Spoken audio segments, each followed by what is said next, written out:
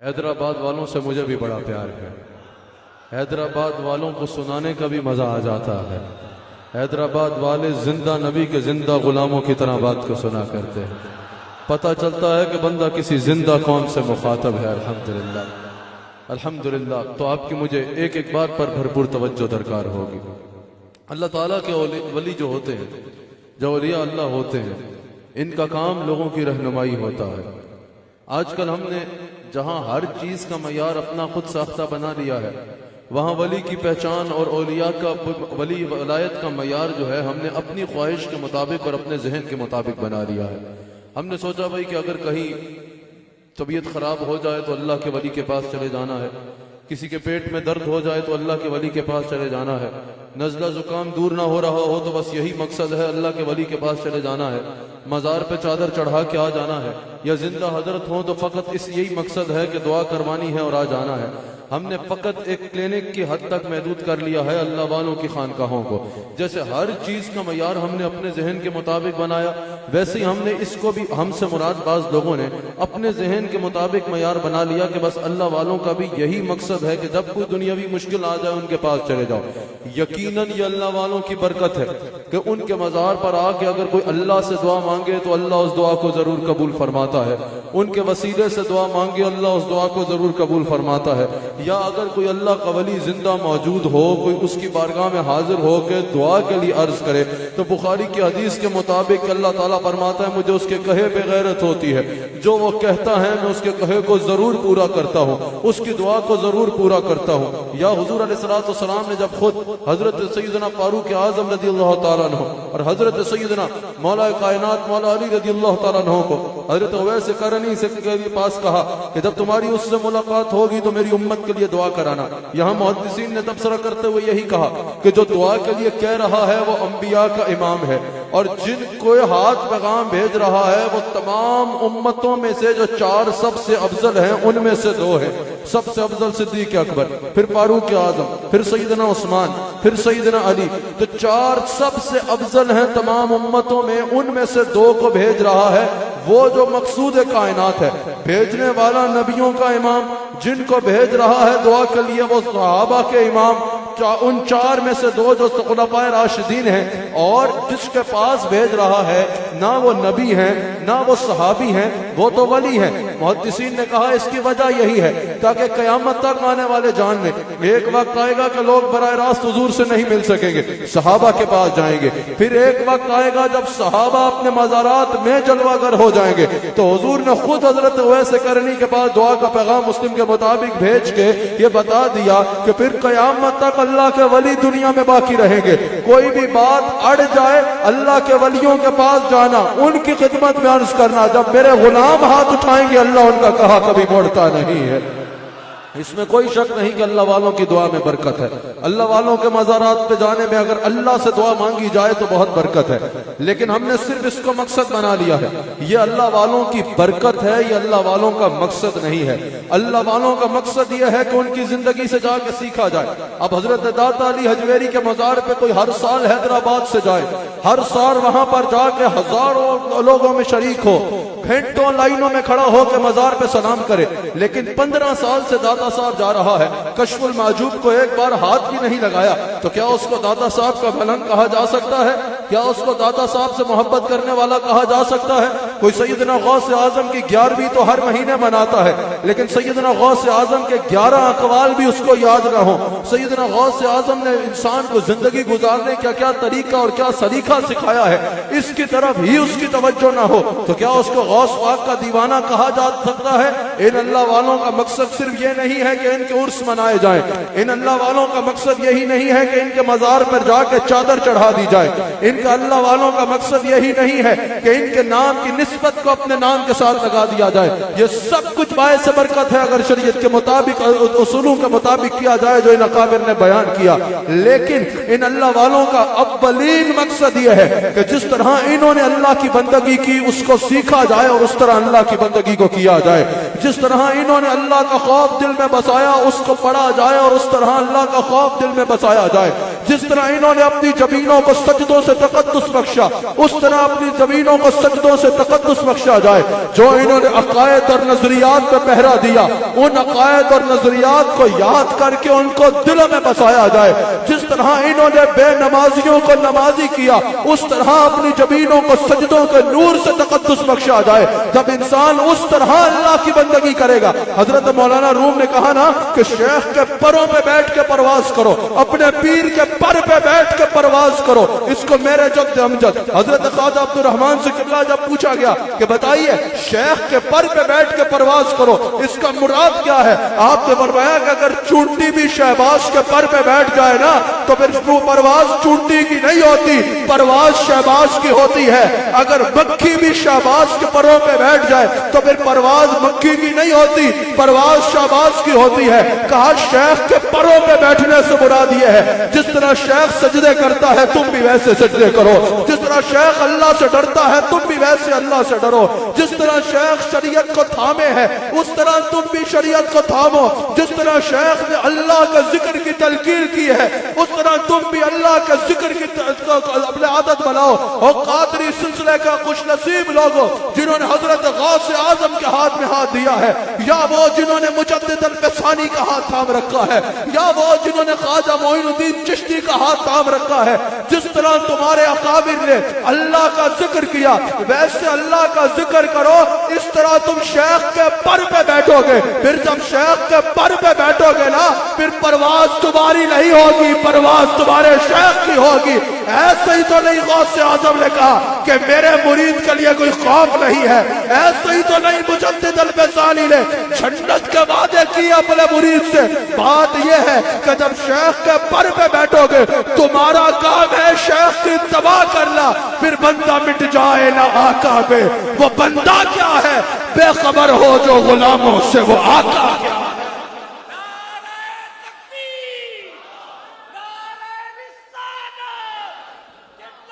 बस अल्लाह अकबर। हजरत गौसे आजम रज़ी अल्लाह ताला अन्हु के इस शहजादे के मजार पे आने वाले खुश नसीबों, बड़े गौर से सुनना। अल्लाह ताला कुरान में बयान फरमा रहा है, वे वलियों की सोहबत में क्या रखा है, अल्लाह वालों की सोहबत में बैठने का क्या मकसद है। अल्लाह वालों की सोहबत में बैठने की कोई बरकत नहीं है, बस अमाल करो, खुद अमल करो। अल्लाह के वलियों की सोहबत में कुछ नहीं रखा। भाई कहां से आ रहे हो? कुरान से सुनो अल्लाह वालों की सोहबत क्या है। अल्लाह ने फरमाया या अय्युहल्लज़ीना आमनू इत्तक़ुल्लाह, ऐ ईमान वालो तकवा इख्तियार करो, अल्लाह से डरो।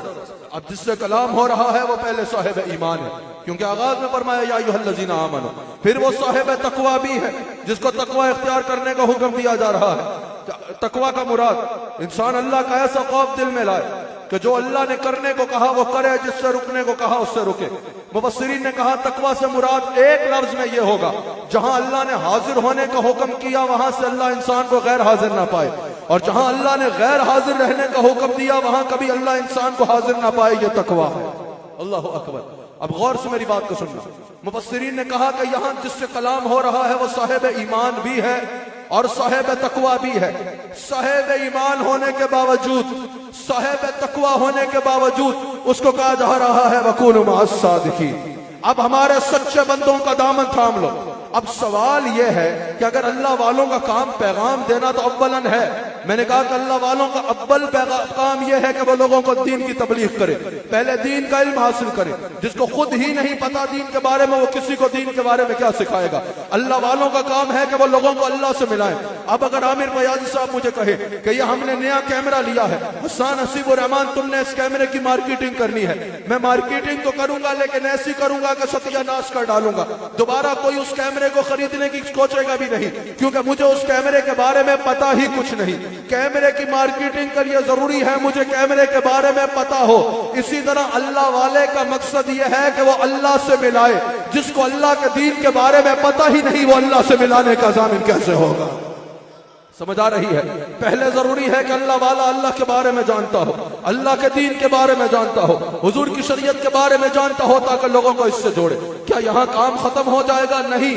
कहा या अय्युहल्लज़ीना आमनू इत्तक़ुल्लाह वकूनू मअस सादिकीन।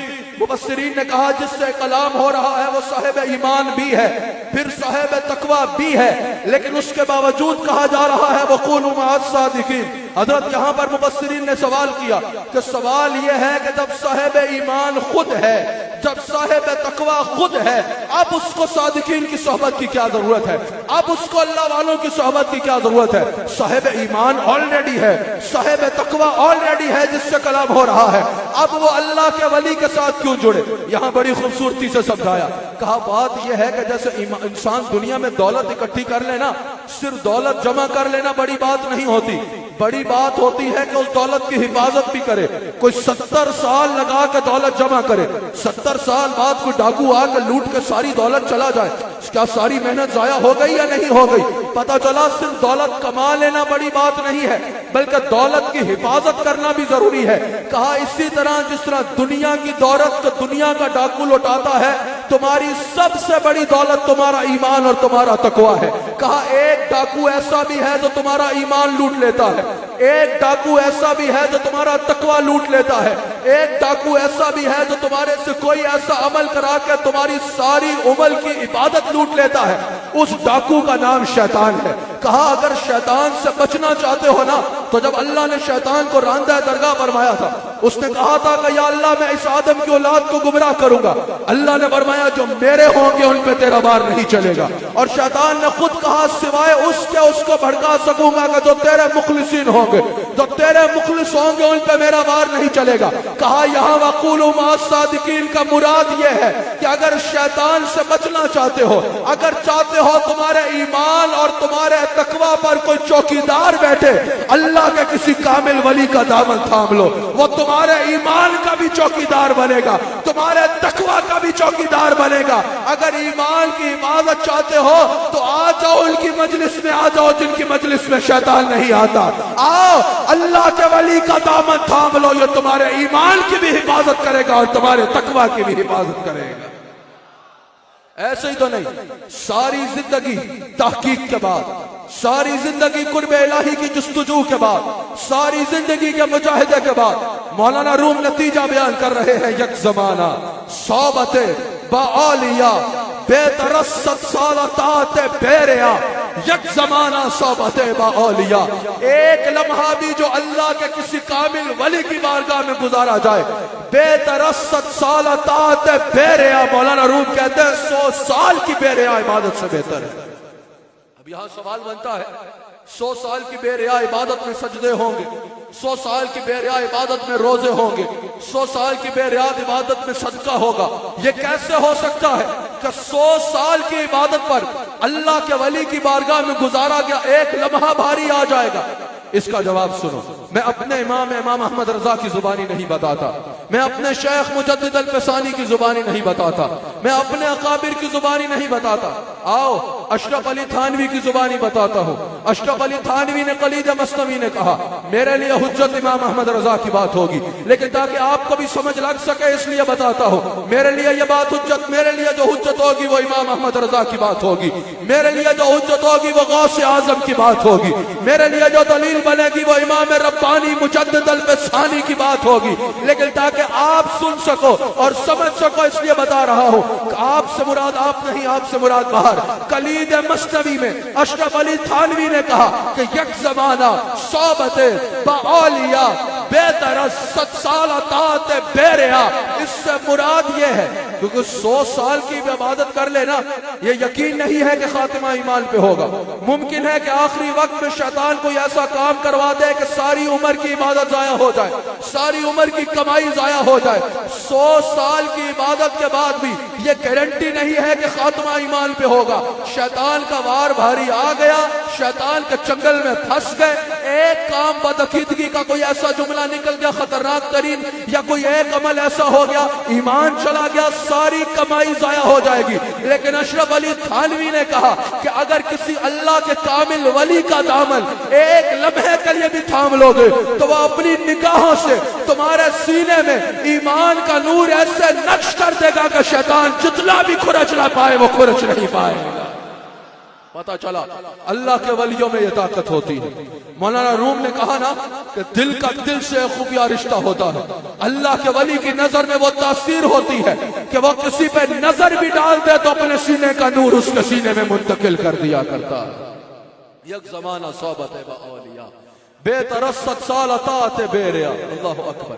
बड़े गौर से मेरी बात को सुनिएगा। कहा कि नहीं भाई निस्बत में क्या रखा है, ये निस्बत की तुम इतनी बातें करते हो, निस्बत में कुछ नहीं रखा, निस्बत में ही तो सब कुछ रखा है। इन अल्लाह वालों की निस्बत में क्या रखा है तुम्हें क्या पता। भाई किसी कपड़े का क्या मतलब कि किसी को फायदा दे या नुकसान दे।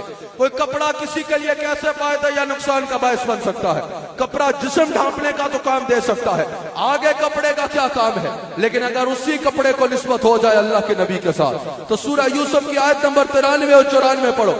जब याकूब अलैहिस्सलाम की बीनाई के बारे में बताया गया, हजरत यूसुफ अलैहिस्सलाम ने क्या जवाब दिया कि ये मेरी कमीज ले जाओ, ये उनकी आंखों के साथ लगाना, उनकी बीनाई लौट आएगी। और ऐसा हुआ कि जब हजरत यूसुफ अलैहिस्सलाम की कमीज हजरत याकूब अलैहिस्सलाम की आंखों से लगाई गई, उनकी बीनाई लौट आई, तो पता चला कि कपड़ा कपड़ा होता है, न फायदे जैसा न नुकसान जैसा।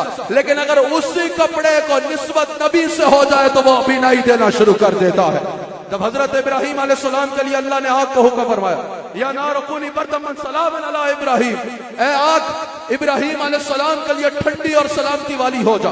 अब आग को हुक्म क्या था कि इब्राहिम को नहीं जलाना, लेकिन आग ने ना इब्राहिम अलैहिस्सलाम के लिबास को जलाया, ना इब्राहिम अलैहिस्सलाम की नालैन को जलाया, ना इब्राहिम अलैहिस्सलाम की दस्तार को जलाया।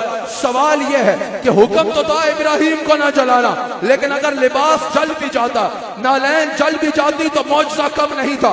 यह भी बहुत बड़ा मौजज़ा था कि लिबास जल गया लेकिन मूसा के बाल को भी हजरत इब्राहिम के बाल को भी नुकसान नहीं पहुंचा। नालैन जल गई लेकिन इब्राहिम अलैहिस्सलाम के बाल को भी नुकसान नहीं पहुंचा। लेकिन आग ने ना इब्राहिम अलैहिस्सलाम का लिबास जलाया, ना इब्राहिम अलैहिस्सलाम की नालैन जलाई। मकसद यह साबित हुआ कि हजरत इब्राहिम की निस्बत तो उनकी निस्बत है, अगर किसी चप्पल को भी इब्राहिम के पैरों से निस्बत हो जाए तो दुनिया की आग उसे नहीं जला सकती। ओ हैदराबाद वालों, चप्पल को इब्राहिम अलैहिस्सलाम से निस्बत हो तो दुनिया की आग नहीं जला सकती। तुम्हें जिसको बराह रास्त इब्राहिम की आका मौला के शहजादे से निस्बत है, जहन्नुम की आग नहीं जलाएगी। आज ले उनकी पना, आज मदद मांग उनसे, फिर न मानेंगे कयामत में अगर मान गया। तुम्हें क्या पता कि निस्बत में क्या रखा है। कहा निस्बत में कुछ नहीं है। निस्बत में क्या रखा है भाई। असहाब काफ के कुत्ते का जिक्र कुरान में आया, असहाब काफ का कुत्ता कुरान का मौजू बना। जितनी बार कुरान में असहाब काफ का जिक्र आया, इतनी बार उनके कुत्ते का जिक्र आया। यहां तक कि अल्लाह ने उसके बैठने के अंदाज को भी जिक्र फरमाया। एक रवायत के मुताबिक असहाब काफ का कुत्ता कयामत के दिन इंसान की शक्ल में जन्नत में जाएगा। मैं सवाल करता हूं असहाब काफ के कुत्ते ने क्या किया था। असहाब काफ के कुत्ते ने सिर्फ एक काम किया था, अल्लाह के वली बनी इस्राइल के वलियों के दरवाजे पे बैठ गया था। उनके दरवाजे पे बैठा तो कुरान का मौजू बन गया। एक रवायत के मुताबिक जन्नत में जाएगा। कहने वालों कि अल्लाह वालों की निस्बत में क्या रखा है। ओ भाई, अगर कुत्ता असहाब काफ के वलियों के दरवाजे पे बैठ के कुरान का मौजू बन जाए और एक रवायत के मुताबिक जन्नत में जाए, तो अगर कोई इंसान रसूलुल्लाह की आल के इस शहजादे के दरवाजे पे बैठेगा तो उसका आलम क्या होगा। आप पता नहीं हमारी पंजाबी समझते हैं या नहीं, लेकिन किसी ने खूब कहा कि जिन्हों निस्बत पाका दी, जिन्हें निस्बत पाका दी, मिल जावे और जन्नती है, पावे कुत्ता होवे बैठा कोई गार दे बुए थे। निस्बत में क्या रखा। आप मुझे बताओ ना, ये किसकी औलाद है जिसके दरवाजे पे आए हो, और गौस पाक किसकी औलाद है। अल्लाह अकबर, हसनी हुसैनी सैयद है। अल्लाह अल्लाह, इनका ददयाल देखो और इनका ननियाल देखो। नजर इस वक्त मेरे पे नहीं रखनी, नजर अब्दुल वहाब शाह रहमतुल्लाह अलैह के मजार पे रखनी है। मैं हर जगह बातें करता भी नहीं हूं, हर किसी के लिए मैं अल्फाज कहता भी नहीं हूँ, अल्फाज बड़े कीमती होते हैं। अल्फाज अदा करने से पहले इंसान को 1000 बार सोचना चाहिए। दरियूजा घर नहीं बनना चाहिए जहां झंडी लगी देखे वहां गिर जाए। ना ना, हर जगह हम अल्फाज अपने अदा नहीं करते। अल्फाज की कीमत होती है। पर आज जिनकी बारगाह में बैठे हो ना, ये जिस नसब से है, जिस हसब से है, जिस निस्बत से है, इनके बारे में इंसान अल्फाज कहे ये ऊंचे नहीं होते, बल्कि इंसान के अल्फाज ऊंचे हो जाया करते हैं। नजर आपने मेरे पे नहीं रखनी, ये बात सुनते हुए नजर हजरत वाला के मजार पर रखनी है, या हजरत वाला का तसव्वुर जहन में रखना है। हजरत मूसा और हजरत खिजर का सफर हो रहा है, कुरान बयान कर रहा है। जब उन दो जवानों के माल की हिफाजत के लिए दीवार कायम की जा रही है, हजरत मूसा अलैहिस्सलाम हजरत खिजर अलैहिस्सलाम से पूछते हैं, हजरत दो नौजवानों के माल की हिफाजत के लिए दीवार बना रहे हैं, और दीवार बनाने वालों में से एक मूसा अलैहिस्सलाम और एक हजरत खिजर, इसकी वजह क्या है? हजरत खिजर ने जवाब दिया जो कुरान जिक्र करता है, काना अबूहुमा सालिहा। वजह यह है कि इनका अब्बा नेक था। बात नौजवानों की नहीं है। हजरत खिजर कह रहे हैं इनका यह प्रोटोकॉल कि मूसा और खिजर इनके माल की हिफाजत के लिए दीवार बना रहे हैं। हैदराबाद वालों, वजह क्या है? काना अबूहुमा सालिहा, इन्हों का अब्बा नेक सी, इनका बाप नेक था। और मुफस्सिरीन ने कहा डायरेक्ट अब्बा नहीं, 7 पुश्तों पहले या 14 पुश्तें पीछे जाके अब्बा परदादा नेक था, परदादा 14 पुश्तों पहले या ज्यादा के नजदीक 7 पुश्तों पहले नेक है। पड़पोते को क्या अजर मिल रहा है कि उस नेक के पड़पोते के लिए हजरत मूसा और हजरत खिजर दीवार बना रहे हैं, और यह कुरान का मौजू बन रहा है। और बनी इस्राइल के किसी नेक बंदे की औलाद हो तो उसका आलम यह है जिसके अजदाद में गौसे आजम भी हो, मूसा काजिम भी हो, अली रजा भी हो, इमाम बाकिर भी हो, मौला अली भी हो, सैयदा ज़हरा भी हो, खुद मोहम्मद रसूलुल्लाह हो, उस सखी अब्दुल वहाब शाह का आलम क्या? अल्लाहु अकबर। ये अल्फाज में सिर्फ हजरत वाला की बारगाह में अपना हदिया मनक़बत और हदिया अकीदत पेश कर रहा हूं कि पहली बार हजरत के मज़ार अक़दस पे हाजिरी हुई तो हजरत का खमा हक़्क़ुहु पैदान यहां से लेके जाऊं। अल्लाह ताला हमें इन औलिया की और जो है वो इन सूफिया की दामन को मजबूती के साथ थाम लेने की तौफीक अता फरमाए। याद रख लेना, कोई कितना भी इल्म पढ़ ले, कोई कितनी भी इबादत कर ले, कोई कितना भी मुजाहिदा कर ले, इल्म को इल्म में नाफे बनाने के लिए और इबादत को उस कबूलियत के मकाम पर और कमाल पर पहुंचाने के लिए अल्लाह वाले का दामन थामना होगा। उस इल्म को उस औज कमाल पे पहुंचाने के लिए ऐसे ही तो नहीं। इमाम गजाली कहते हैं कि मैंने बहुत अरसा जो है वो जुस्तुजुए हक में गुजारा, फिर मैं अहले तसव्वुफ की बारगाह में पहुंच गया। और वो कहते हैं मैंने देखा अगर अल्लाह की मार्फत मिलती है तो अहले तसव्वुफ के कदमों से लग के मिलती है। इमाम अबू हनीफा ने जब सारे उलूम हासिल कर लिए, फिर तस्दीक का ठप्पा लगवाने के लिए हजरत इमाम जाफर सादिक की बारगाह में आते हैं। ये साबित करते हैं कोई मुजद्दिद उस वक्त तक मुजद्दिद नहीं, कोई वली उस वक्त तक वली नहीं, कोई फकीह उस वक्त तक फकीह नहीं, कोई इमाम उस वक्त तक इमाम नहीं जब तक उसमें अहले बैत का ठप्पा नहीं लग जाता। और इमाम अबू हनीफा कहते हैं कि अगर मैं जाफर सादिक के पास 2 साल न गुजारता तो मैं हलाक हो जाता। अल्लाह अकबर। इल्म को इल्म में नाफे बनाने के लिए और इबादत को उस मकाम पे पहुंचाने के लिए अल्लाह के वली का दामन थामना जरूरी होगा। और जब इंसान इल्म पढ़ लेगा और फिर इन कामिलीन की बारगाह में आएगा तो ये वो मंजिल देंगे जिसका तुम तसव्वुर भी नहीं कर सकते। मुझे बताइए, बड़ा नाम है इमाम जलालुद्दीन सयूती का, आप जलालैन भी पढ़ते हैं, खसाइस कुबरा भी पढ़ते हैं, अल-हाविल अल-फतावा भी पढ़ा करते हैं। पता चलता है मुफस्सिरीन में भी ये अपनी मिसाल आप है और तमाम के लिए काबिल कबूल है। मुहद्दिसीन में भी अपनी मिसाल आप है, फुकहा में भी अपनी मिसाल आप है। हजरत जलालुद्दीन सयूती, इनके बारे में अनवर शाह काश्मीरी ने भी कहा।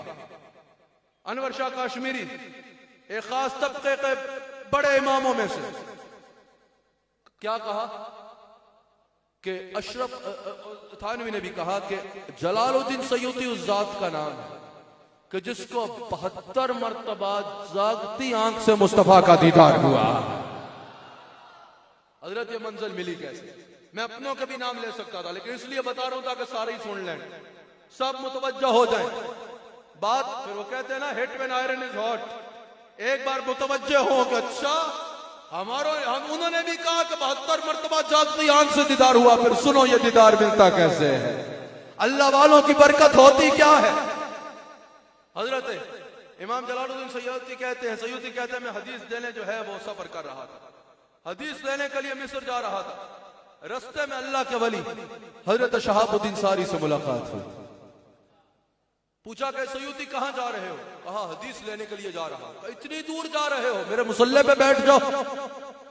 जलालुद्दीन सयूती कहते हैं कि मैं हजरत के मुसल्ले पे बैठा, मैं इस इंतजार में था कि अभी कोई मुहद्दिस आएगा, कोई बड़ा शेखुल हदीस आएगा या हजरत खुद आएंगे और मुझे हदीस बताएंगे। जलालुद्दीन सयूती कहते हैं लेकिन अजीब माजरा हुआ। कहते हैं हुआ ये कि मैंने आंखें बंद की तो देखा मुस्तफा का चेहरा अनवर सामने चकमका रहा है। हुजूर ने फरमाया सयूती ये हदीस सुनने जा रहे थे मेरी, ये सुनो मैं तुम्हें खुद बताता हूं। सयूती आंखें खोलते हैं, हैरत में मुब्तला है। शहाबुद्दीन सारी कहते हैं सयूती हदीस मिल गई जो तलाश कर रहे थे? कहा हुजूर बिल्कुल मिल गई। कहा ठीक है जाओ। कहते हैं हजरत अब जाना तो है ही नहीं, अब कहां जाना है? अब मुझे यह बताएं, एक तो मुझे अपनी बैत मिले, फिर यह बताएं ये मंजिल मिलती कैसे है? आपने फरमाया सयूती हदीस मिल गई जाओ। कहा हजरत अब जाना नहीं है, अब राज बताएं ये मंजिल मिली कैसे। हैदराबाद वालों तुम्हें भी राज बता दूं।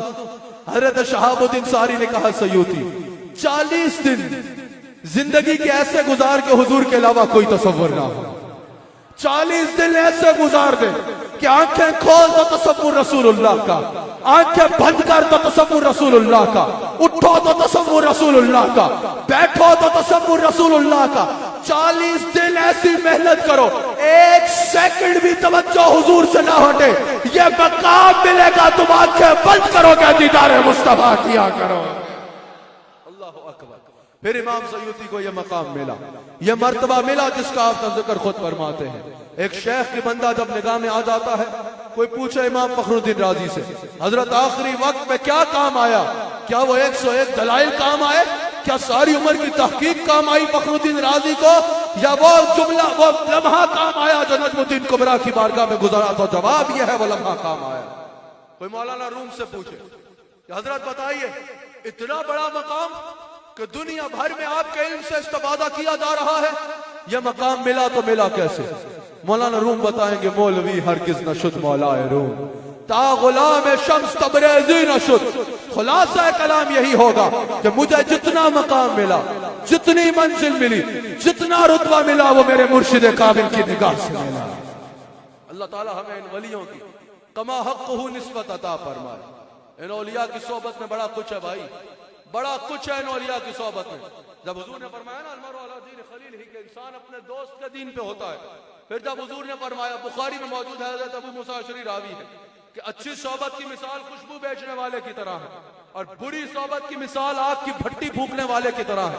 यानी खुशबू वाले की दुकान में बैठोगे तो खुशबू लगे नहीं भाई तो लिबास से खुशबू आने लग पड़ेगी, और आग की भट्टी के पास बैठोगे तो जलो नहीं भी तो जिस्म से जलने की बू आने लग पड़ेगी। इसी तरह हुजूर ने फरमाया अगर अच्छों की सोहबत में बैठोगे तो उनके किरदार की खुशबू तुम में से आएगी, और अगर बुरों की सोहबत में बैठोगे तो उनके किरदार की बू तुम में से आने लग पड़ेगी। मारूफ हदीस है, मुस्लिम में जो हदीस मौजूद है, हुजूर अलैहिस्सलाम पर मैंने अपनी बात को इख्तिताम पे लेके जाना है, आपकी भरपूर तवज्जो दरकार है। हुजूर अलैहिस्सलाम फरमाते हैं एक शख्स सिर्फ इन अल्लाह वालों की सोहबत का मकाम क्या है वो आपको बता रहा हूं। हुजूर फरमाते हैं एक शख्स 99 कत्ल किए हैं, इतना गुनाहगार और नाफरमान शख्स है, आखिर अल्लाह को राजी करने का ख्याल दिल में आता है, जाता है एक हजरत के पास, अल्लामा साहब के पास, गोया के एक आलिम के पास जाता है और कहता है कि मैंने 99 कत्ल कर रखे हैं, मैं अल्लाह को राजी करना चाहता हूं। अपने दौर के आलिम के पास जाता है बनी इस्राइल के शख्स। हुजूर अलैहिस्सलाम इरशाद फरमाते हैं कि उसने कहा क्या किया? कहा 99 कत्ल कर रखे हैं। कहा जाओ मेरे पास से उठ के चले जाओ, ये मफहूमन हदीस बयान कर रहा हूं क्योंकि वक्त कम है, मेरे पास से उठ जाओ, मुझे तो खौफ है कि तुम्हारी वजह से मुझ पर अजाब ना आ जाए। अल्लाह अकबर। उसने कहा अच्छा जब मायूसी ही है जब काम खराब ही हो गया है तो इसने मुझे मायूस किया, इसको भी मार देता हूं, उसका भी काम कर दिया, सेंचुरी पूरी कर दी, 100 पूरे कर दिए, 100 कत्ल कर दिए। फिर कुछ वक्त गुजरा, उसने कहा कि शायद कोई ऐसा रास्ता हो कि मुझ पर भी अल्लाह राजी हो जाए। अल्लाह को राजी करने के लिए फिर किसी से पूछा, उसने कहा फला मकाम पे अल्लाह के वलियों की बस्ती है, क़रियत सालेह है, सालेहीन की वादी है, उधर चले जाओ, वो तुम्हें तौबा कराएंगे, वो अगर अल्लाह के आगे हाथ फैलाएंगे अल्लाह तुम्हें जरूर माफ करेगा। उसने सफर शुरू किया अपने घर से अल्लाह के वलियों के दरवाजे पे। अभी कुछ रास्ता तय किया कि वो मर गया। अजाब के फरिश्ते आ रहे हैं, इतने में रहमत के फरिश्ते भी आ जाते हैं। अजाब के फरिश्ते रहमत के फरिश्तों से पूछते हैं तुम्हारा यहां क्या काम है? इसने तो कभी कोई खैर का काम किया ही नहीं। रहमत के फरिश्ते कहते हैं बात ये नहीं है, बात यह है देखा यह जाएगा, यह जा कहां रहा था। अजाब वालों ने कहा जा कहां रहा था, पहुंचा तो नहीं था, देखा यह जाएगा, सारी जिंदगी करतूत क्या किए है। अब जब उनमें यह झगड़ा बढ़ा, एक फरिश्ता आ गया, उसने कहा मैं अल्लाह की जानिब से भेजा गया हूं तुम्हारे दरमियान फैसला करने। और फरिश्ते ने क्या कहा? फरिश्ते ने कहा कि अल्लाह फरमा रहा है कि जमीन की पैमाइश करो, अगर इसका फासला इसके घर की तरफ ज्यादा है तो अजाब वालों ये तुम ले जाना, और अगर ये अल्लाह वालों के दर के ज्यादा करीब है तो रहमत वालों तुम ले जाना। अब मैं सवाल करता हूं यह फासला किसका नापा जा रहा था? क्या यह फासला अल्लाह से नापा जा रहा था? अल्लाह तो शाहरग से भी ज्यादा करीब है। क्या अल्लाह उस वादी में नहीं था जिस वादी से वो निकला? क्या अल्लाह उस वादी में नहीं था जैसे उसकी शान के लायक है जिस वादी में वो दुनिया से गया? क्या वो अपने हुजरे में बैठ कर अल्लाह को पुकारता तो अल्लाह को नहीं सुन सकता था? अल्लाह उसको, फासला अल्लाह से नहीं नापा जा रहा था, फासला वली से नापा जा रहा था। इस हदीस से पता चला कि अल्लाह ने फैसला किया कि अगर अल्लाह वाले के दर के करीब है तो रहमत वालों तुम्हारा हिस्सा, घर के करीब है तो अजाब वालों तुम ले जाना। इस हदीस ने पर्दा उठा दिया कि जो अल्लाह वालों के जितना करीब होगा अल्लाह की रहमत से उतना करीब होगा, और जो अल्लाह वालों से जितना दूर होगा अल्लाह की रहमत से उतना दूर होता चला जाएगा। हम अल्लाह का शुक्र अदा करते हैं कि अल्लाह ने यह निस्बत अता फरमाई है। आखिरी मिनट में मेरी बात बड़े गौर से सुन लो। जब इन मज़ारात पे आओ तो तरीका वही रखो जो अहले सुन्नत व जमात का तरीका। जैसे इमाम अहले सुन्नत इमाम अहमद रज़ा खान रहमतुल्लाह अलैह ने उस तरीके को बयान किया।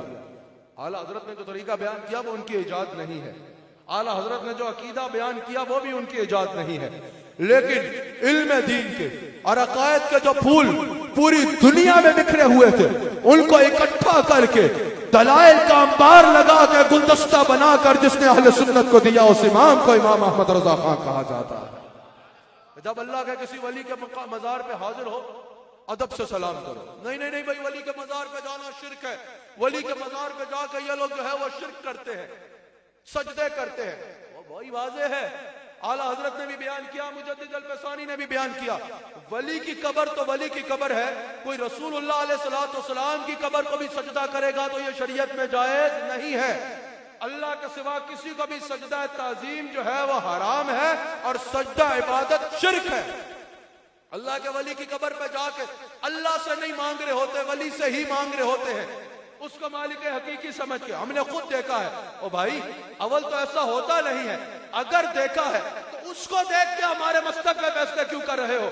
हम तुम्हारे पे इख्तलाफ करें तो तुम्हारे आलिमों पे करें, तुम हमारे पे इख्तलाफ करो तो हमारे जाहिलों पे करो। नहीं समझ लग रही?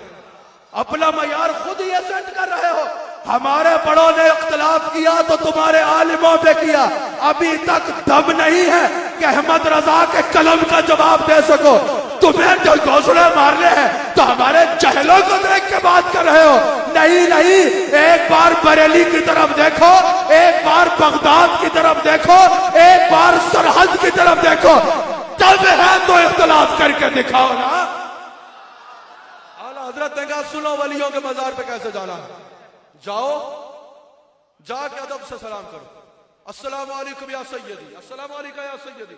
यहां पर आओ तो कहो या सैयदी, या अब्दुल वहाब शाह व रहमतुल्लाहि व बरकात। फिर क्या करो? कहा बैठ के कुरान की तिलावत शुरू कर दो या दरूद व सलाम पढ़ना शुरू कर दो। फिर फातिहा पढ़ो, या अल्लाह हजरत बयान कर रहे हैं, फातिहा पढ़ के क्या करो?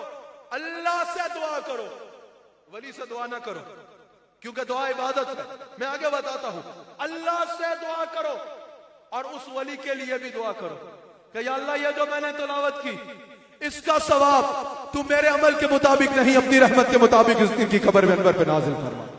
फिर कहे या अल्लाह ये तेरे मकबूल बंदे हैं, तेरे इस मकबूल बंदे का वसीला पेश करके मैं तुझसे दुआ करता हूं, तेरे इस मकबूल बंदे का वसीला पेश करके मैं तेरी बारगाह में अर्ज करता हूं मुझ पे करम फरमा। और फिर क्या करो, अदब से दोबारा वली को सलाम करो और उल्टे कदम फिर जाओ। कोई शिरक नजर आ रहा है? कोई शिरक नजर आ रहा है? कोई शिरक की बू भी आ रही है? वली से अर्ज कर सकते हैं, लेकिन ये अर्ज कर सकते हैं हजरत आप अल्लाह के वली हैं, आप अल्लाह के हुजूर हमारे लिए दुआ कर दें, आप अल्लाह के हुजूर हमारे लिए सिफारिश कर दें, आप अल्लाह के हुजूर हमारे लिए गुजारिश कर दें, ये अर्ज कर सकते हैं। लेकिन दुआ किससे मांगी जाएगी? अल्लाह से मांगी जाएगी। यह अकीदा है अहले सुन्नत व जमात का।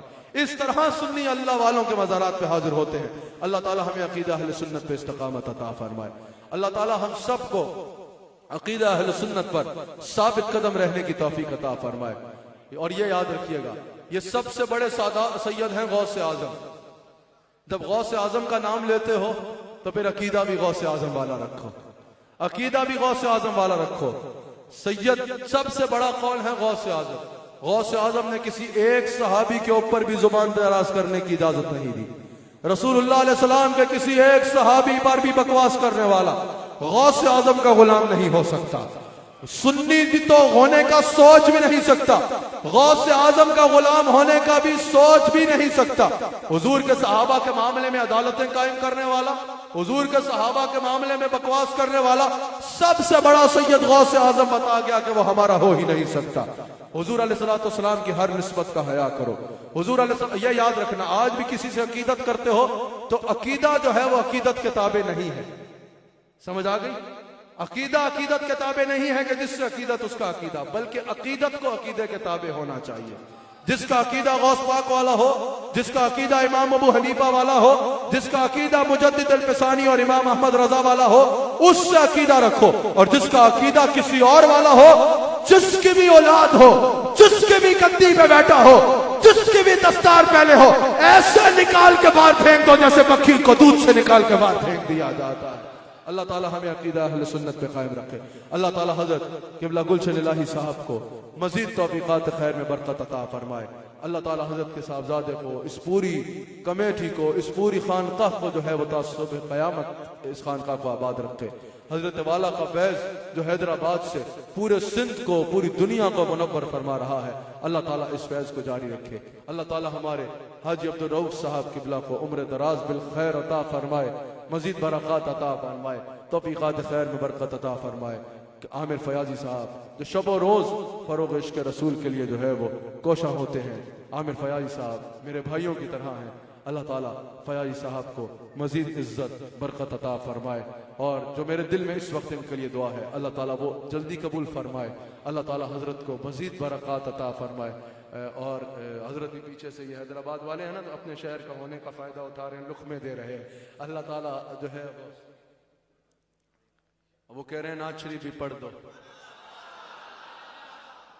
इतने सुर वालों में मुझ जैसा बेसुरा है कैसे पढ़ेगा? मैं तो वो नक्शबंदी हूँ, हम नक्शबंदियों को तो सोज होता है, साज तो बिल्कुल नहीं होता हमारे। हाँ तो मैं फिर अब बर्दाश्त कर लेंगे।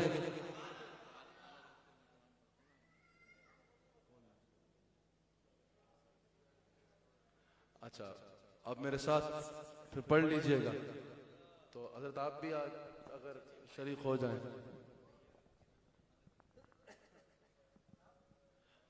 इसी पर क्योंकि मेरी बात मुकम्मल होगी, दौरान गुफ्तगू और मुझसे कोई गलती हुई तो मैं सिद्क़ दिल से अल्लाह की बारगाह में तौबा करता हूँ। अल्लाह ताला हज़रत सखी अब्दुल वहाब शाह रहमतुल्लाह ताला अलैह के मज़ार अक़दस पे हमारी हाज़री अपनी बारगाह में कबूल फरमाए। और अल्लाह ताला हम सबको हज़रत वाला का फैज़ान कमा हक़्क़ुहु अता फरमाए। फ़याज़ी साहब ने कहा कि आला हज़रत के अशार पढ़ लीजिए, तो इतने सुर वाले आप मुझसे पहले भी पढ़ के गए, मेरे बाद भी पढ़ना है। तो मुझे पता है बिल्कुल मेरी जगह बीच में नहीं बनती, लेकिन अब सिर्फ इन्होंने कहा है तो मैं बात को पूरा कर देता हूँ। आप मेरे साथ, आप आराम से पढ़े, बात कुछ नहीं करें, आप मेरे साथ पढ़ लीजिए। हाँ, वो सुर से तो साज से तो हमें वो है, वो शगफ ही नहीं है ना, लेकिन चलो सोच से तो है, तो वो आप मेरे साथ। क्या बात है आला हजरत की, वैसे यार क्या बात है आला हजरत की। हैदराबाद वालों है कि नहीं? तुम्हारे कहने से फर्क नहीं पड़ता, लेकिन एक बार बताओ ना, क्या बात है आला हजरत। जहां किया कमाल किया। सहता बकदो है तन सुल्तान ज़मन फूल सरता बकदो है तन सुल्तान ज़मन फूल लब फूल तगल फूल सकल फूल बदल फूल लब फूल तगल फूल सकल फूल वल्लाह जो मिल जाए मेरे गुल का पसीना, वल्लाह जो मिल जाए मेरे गुल का पसीना, वल्लाह जो मिल जाए मेरे गुल का पसीना, मांगे न कभी तेरे लबे चाहे दुल्हन फूल, मांगे न कभी तेरे लबे चाहे दुल्हन। हाँ क्या बात रज़ा उससे चमनिस्तान करम की, क्या बात रज़ा उससे चमनिस्तान करम की, क्या बात रज़ा उससे चमनिस्तान करम की। ज़हरा है कली जिसे हुसैन और हसन फूल, ज़हरा है कली। आप तशरीफ रखें, अभी नातवा दो खूबसूरत बाकी है, मैं सिर्फ दो शेर और पढ़ूंगा ताकि आप बैठ जाए, आप बैठ जाए ताकि मैं दो और सुना, तो एक मिनट बैठ जाए। क्या बात है, ये पहली रात का चांद होता है ना, उसको मुखातब करके आला हजरत कह रहे हैं, ओ पहली रात के ओ आसमान, अपनी पहली रात के चांद पे फूल नहीं, यहाँ फूल ये वाला फूल नहीं, यहाँ फूल वो वाला है। ओ बूढ़े आसमान, पहली रात के चांद पे फूल नहीं, मेरे हुजूर का नाखून देखा है? हाय हाय, दिल अपना तो शैदा है उसका खुले पाका, दिल अपना भी शैदा है उसका खुले पाका, इतना भी महीना तेना चरख कोहल फूल, इतना। एक शेर अब मेरा और पढ़ने को दिल कर रहा, मेरे साथ पढ़ेंगे। तिरकी में उजाला हमारा नबी, रोशनी का वाला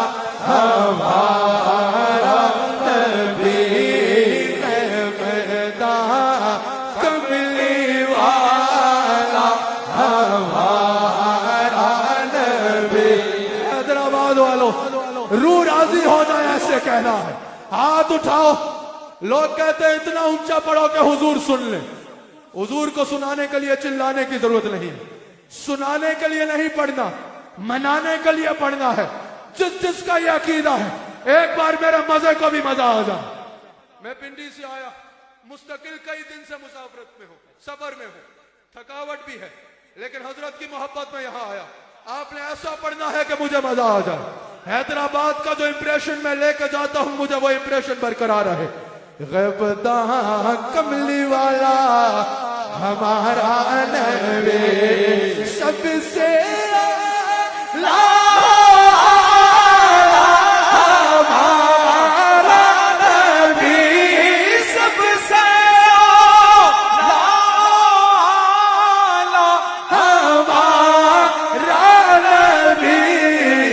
सबसे बाला नारा रिसालत, सबसे बाला आखिरी शेर। दर पे गैरों के ज़हमत न फरमाइए। हैदराबाद वालों, भीख ले मदीना पा चले जाइए। कोई देता है तो सामने लाइए। कौन देता है देने को चाहिए। कौन देता है देने को चाहिए। बस देने वाले हैं सच। एक बार ये सब ले कह रहा है, किस किस का ये ईमान है कि हुजूर देते हैं। देने वाला है सच्चा।